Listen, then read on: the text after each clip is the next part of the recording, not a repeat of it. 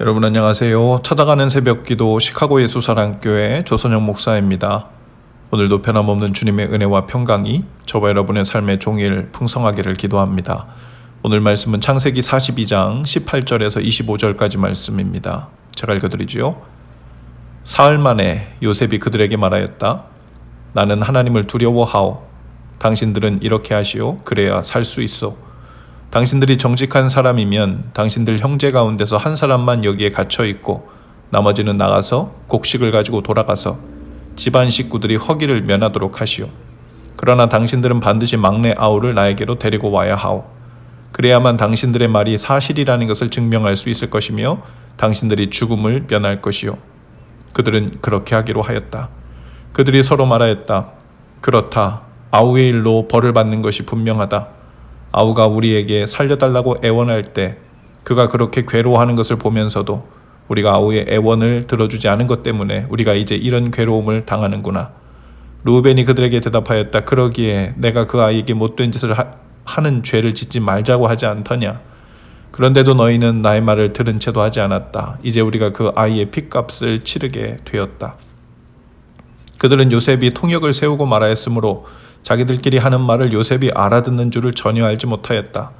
듣다 못한 요셉은 그들 앞에서 잠시 물러가서 울었다. 다시 돌아온 요셉은 그들과 말을 주고받다가 그들 가운데서 시므온을 끌어내어서 그들이 보는 앞에서 끈으로 묶었다. 요셉은 사람들을 시켜서 그들이 가지고 온 통에다가 곡식을 채우게 하고 각 사람이 낸 돈은 그 사람의 자루에 도로 넣게 하고 또 길에서 먹을 것은 따로 주게 하였다. 요셉이 시킨 대로 다 되었다. 아멘. 요셉이 형들을 만났습니다. 요셉의 꿈대로 형들이 애굽의 총리가 된 요셉에게 절을 하는 장면이 연출되었죠. 그런데 요셉은 형들 전부를 억류하고 한 사람만 가서 아우를 데리고 오라고 합니다.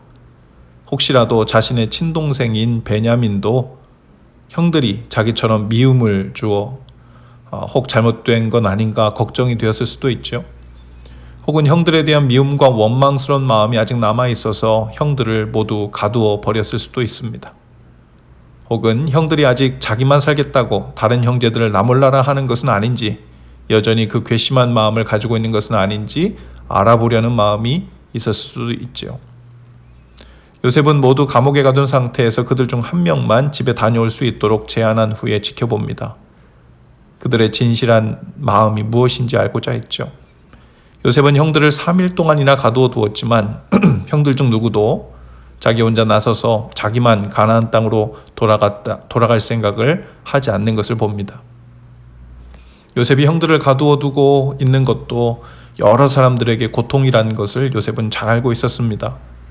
이들의 회개를 돕고 있는 요셉도 속이 탔죠.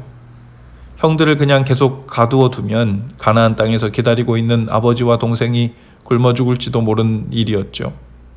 또 아버지 야곱과 형들의 가족들, 그리고 곡식을 사러 간 그들의 자녀들 혹은 아내, 그리고 아버지가 돌아오지 않는 그들을 보면서 걱정에 고통이 컸을 것입니다. 형들도 3일 동안 갇혀있는 동안 고통을 당했죠. 이방 땅에서 이렇게 간첩으로 몰려 죽는 것인가 하는 생각이 들었을 것입니다. 요셉은 이런 아픔이 있어도 형들을 사흘 동안 가두어서 어쩌면 회개의 기회를 주고자 했던 것 같습니다. 18절에서 이렇게 기록됩니다. 사흘 만에 요셉이 그들에게 말하였다. 나는 하나님을 두려워하오. 요셉은 자신이 하나님을 경외한다고 밝히면서 이야기를 시작해요. 그리고 형들도 사람을 두려워하기보다 하나님을 두려워하기를 원했죠. 아무리 요셉이 하나님의 뜻에 의해 애굽의 총리가 되었다고 하지만 인간적으로 경험한 그 과거의 배신감과 실망과 상처, 트라우마로부터 완전히 자유로울 수는 없었을 것입니다. 가족으로부터의 배신, 사랑하는 사람으로부터의 버림받은 마음이 오랫동안 요셉의 마음에 상처를 내놓았기 때문에 비록 총리가 되었다고 하여 아무 일도 없었다는 듯 할 수는 없었을 것입니다. 어쩌면 인간적인 마음의 그 마음에 형들을 감옥에 가두어 놓고 조금이라도 그동안 자신이 느꼈던 두려움과 외로움, 막막함과 억울한 심정을 느껴보기를 바랬을 수도 있죠. 그러나 요셉이 마음을 바꿉니다. 그리고 그 마음을 바꾼 이유는 바로 하나님 때문이라는 거예요. 나는 하나님을 두려워하오.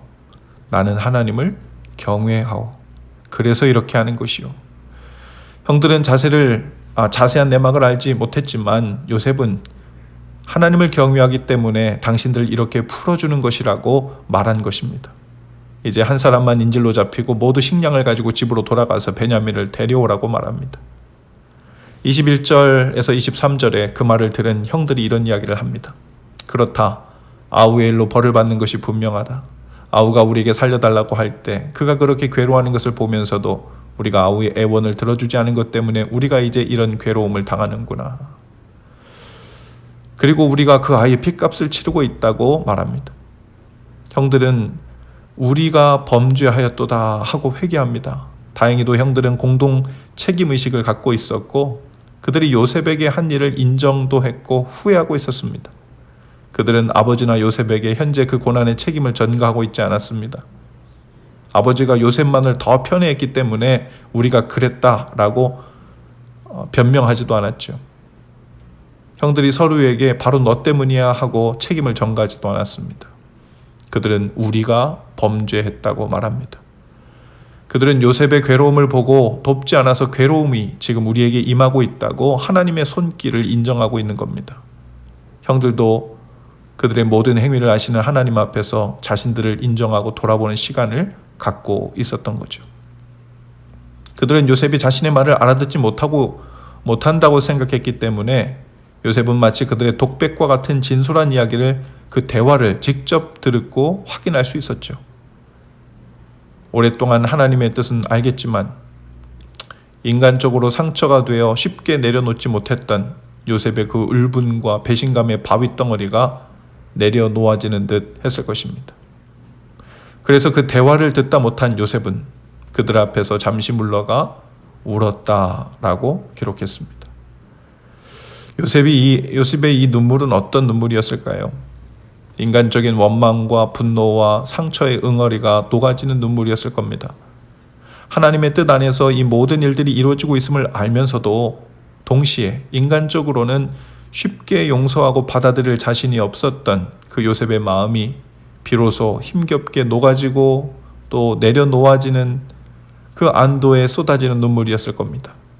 또 그 눈물에는 형들이 어떻게 그럴 수가 있나, 정말 사람도 아니다 라고만 생각했었는데 형들의 후회하고 회개하는 대화를 들으면서 아버지로부터 사랑받지 못했던 그들의 심정이 어땠을런지 부분 이해도 되고 불쌍해 보이기도 하는 마음도 있었을지 모릅니다. 그리고 결과적으로 자신을 팔아넘긴 형들도 그리고 또 팔려간 자신도 오랜 세월 동안 상처와 아픔 그리고 고생하며 보낸 시간들을 생각하며 수십 년을 참았던 눈물이 쏟아졌을 수도 있죠. 요셉이 형들을 만나 재회하고 용서하고 용납하는 과정은 결코 간단한 과정이 아니었습니다. 모두 하나님의 섭리 안에서 이루어진 일이니 없던 일로 합시다 하고 간단한 한마디로 씻겨 내려간 일이 아니었죠. 요셉도 여러 차례 눈물을 흘리며 형들의 모습을 보면서 또 하나님의 뜻을 동시에 살피면서 함께 조율해가고 풀어져가는 시간이 걸리는 지극히 인간적인 모습이 여실히 드러나고 있는 본문입니다. 그러나 그 모든 과정의 중심엔 요셉이 하나님을 신뢰하고 하나님을 경외하는 사람이기 때문에 이러한 고백과 그 믿음 안에서의 태도를 바꾸는 결단이 있었다는 것을 우리는 보게 됩니다. 혹 요셉과 같은 상황을 만나 어려운 시간을 지나고 계신 분들이 계실지 모르겠어요. 인간적인 아픔과 배신 그리고 그 아픔의 일들이 녹아있는 그 세월을 모두 하나님의 섭리 안에서만 보고 간단히 용납해 버릴 수 있는가? 인간적으로 상처를 주고받으며 쌓여진 것은 마음처럼 쉽게 용납되지도 내려놓아지지도 않는데 도대체 이 갈등을 어떻게 하나? 아니 처음부터 형제를 팔아넘기는 말도 안 되는 일이 왜 일어난 것인가? 이 비극은 취소도 되어지지 않는데 어떻게 해야 하는가? 되돌이킬 수 없는 이 일들을 어떻게 받아들이고 해석해야 할까? 마음이 복잡할 것입니다. 그러나 분명한 것은 하나님께서는 섭리라는 말 한마디로 인해 우리의 인간적인 감정이나 상처에 대해 단순히 간단히 잊으라, 무시해라, 없던 일로 해라 말씀하시는 분이 아니라는 거예요. 울고 아파하는 시간도 필요합니다. 거기에 관계 속에서의 진실한 마음을 나누며 불쌍히 여기는 마음도 필요할 것입니다. 무엇보다 그 모든 일들이 그래도 나는 하나님을 경외하기 때문에, 나는 하나님을 경외하는 사람이다 라는 기준과 고백 안에서 진행되어야 할 것입니다. 당장은 답이 보이지 않고 또 감당할 힘도 자신도 없을 수 있지만 하나님만 붙들고 어려운 한 발자국을 뗄 때 하나님께서 형들의 마음은 물론 가나안에 살고 있던 모든 이스라엘 민족들 그리고 요셉 자신을 향한 놀랍고 새로운 길을 예비해 놓으셨다는 것을 발견하게 될 것입니다. 상황적으로는 모든 길이 막히고 길이 끝난 것 같아도 요셉처럼 하나님을 신뢰함으로 내딛는 한 걸음에 하나님이 복을 주실 것입니다. 그 발걸음으로 인해 요단강이 갈라지고 예비하신 복된 약속의 삶을 향한 새로운 길이 열리게 될 줄로 믿습니다. 오늘도 그 길을 따라 담대의 길을 내디디실 여러분을 응원하며 축복합니다. 기도합시다. 주님, 이 시간 하나님의 섭리와 인간적으로 감당이 안 되는 두 가지 마음 안에서 힘들어하는 모든 이들에게 그 무거운 마음을 내려놓을 수 있는 눈물과 참았던 숨을 쉴 수 있는 안도의 마음, 그리고 아직 모든 것이 다 이해는 되지 않더라도 주님을 신뢰함으로 담대히 한 걸음을 떼는 모든 분들에게 성령님의 힘과 용기와 위로를 주옵소서. 주 안에서 울게도 하시고 주님 안에서 믿음의 발을 떼게도 하옵소서. 예수님 이름으로 기도합니다. 아멘. 여러분 오늘도 예수 사랑으로 화이팅입니다. 내일 아침에 다시 찾아뵙지요.